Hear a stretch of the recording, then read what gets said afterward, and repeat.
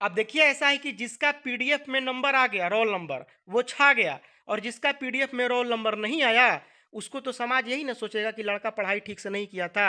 अब कौन देखने जा रहा है कि आप 8-8 घंटे, 10-10 घंटे लाइब्रेरी में बैठ करके जो कठिन मेहनत करके और एक सपना लेकर के जो आप तैयारी किए थे मेहनत के साथ, वो कौन देख रहा है? जिसका रोल नंबर आ गया वो छा गया।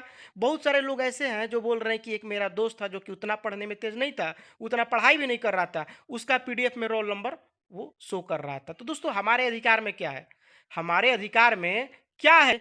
लेकिन उनको देखिए, जब तक पारदर्शिता नहीं रहेगा तब तक कुछ क्लियर नहीं होगा। क्योंकि आप तो मान के चल रहे हैं कि आपने 73 किया था, 5 का डी, 6 का ए, 7 का बी, ऐसा आप सोच रहे हैं। लेकिन उनके अनुसार कौन-सा होगा सही और क्या उनकी प्रक्रिया रही थी? कुछ अगर पारदर्शी, कम से कम कट ऑफ जारी हो जाता, चाहे आंसर की जारी हो जाता, या आपने जिस सवाल का सही-सही जवाब दिया है, वो उनके सामने, अभ्यर्थियों के सामने वो चीज़ें क्लियर कर दी जाती, वो शो करता कि नहीं आपने जो सही सवाल अटेम्प्ट किया है उसका नंबर जुड़ा है, हमने कोई नंबर कट नहीं किया है, आपने 5 का सी किया है तो उसका नंबर आपको मिला है। ये चीजें एक संतुष्टि की भावना अंदर में लाती है। अब अभ्यर्थियों को कुछ नहीं पता है, उनको कुछ अधिकार नहीं है। अभ्यर्थियों को केवल इतना अधिकार है कि उनको एक पीडीएफ जारी किया गया है, उसमें उसका रोल नंबर दिया गया है जिसका सिलेक्शन हुआ है। अब आपका रोल नंबर उसमें क्यों नहीं है, ये अब आप नहीं जान सकते, आप नहीं जान सकते ये चीज़। तो यही, इसीलिए तो लोग पूछ रहे हैं ना कि क्यों नहीं, कुछ ना कुछ तो आपको एक एक्स्ट्रा देना चाहिए था, या तो आंसर की जारी कर देना चाहिए था या कट ऑफ जारी कर देना चाहिए था। अब यहाँ पे देखिए आंदोलन होगा, ये होगा, हमको नहीं लगता है कि कुछ होने वाला है।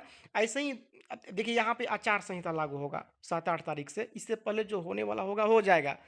अब यहाँ पे बहुत सारे स्टूडेंट बोल रहे हैं कि रिवाइज रिजल्ट जारी होगा। कौन बोल दिया कि रिवाइज रिजल्ट जारी होगा?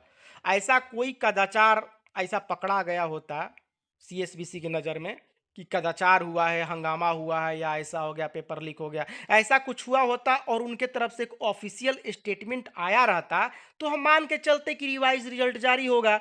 ये केवल माहौल जो है ना वो गर्म हुआ है और कुछ नहीं हुआ है। और देखिएगा बहुत ही जल्दी सब कुछ ठंडा हो जाएगा, और ये फिर से एक नई वैकेंसी आएगी, फिर से आप मेहनत करेंगे, फिर से आप परीक्षा देंगे, फिर से वो एक सर्कल है, चलता रहेगा।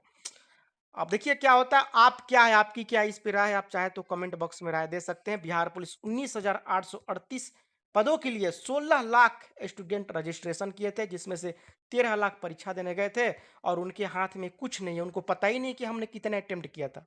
75 तो वो मान के, आप मान के चल रहे हैं ना कि आपने 75 किया था, अब वो मानेंगे तब ना कि आपने 75 किया है कि नहीं। तो ये चीजें कैसे पता चलेगी? बीच में बैरियर है। आपके पास केवल एक रोल नंबर का वो है, पीडीएफ है, उसमें जिसका आ गया वो छा गया, जिसका नहीं आया वो पढ़ा लिखा नहीं है, मेहनत नहीं किया था। अब क्या होगा क्या नहीं होगा ये तो अब भविष्य की बातें हैं।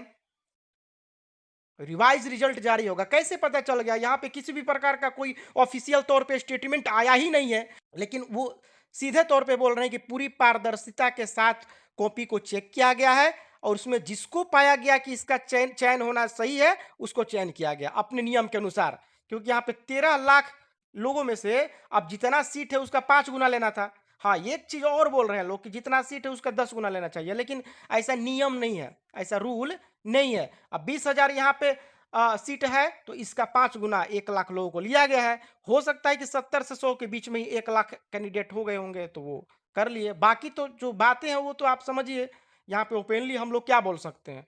जो बात है वो अब आप खुद बोलिए कमेंट बॉक्स में क्या बातें हो सकती है। क्योंकि जो लोग 75 करके बैठे हैं, 76 करके बैठे हैं, उनका अगर सिलेक्शन नहीं हुआ है तो ये सोचने वाली बात है।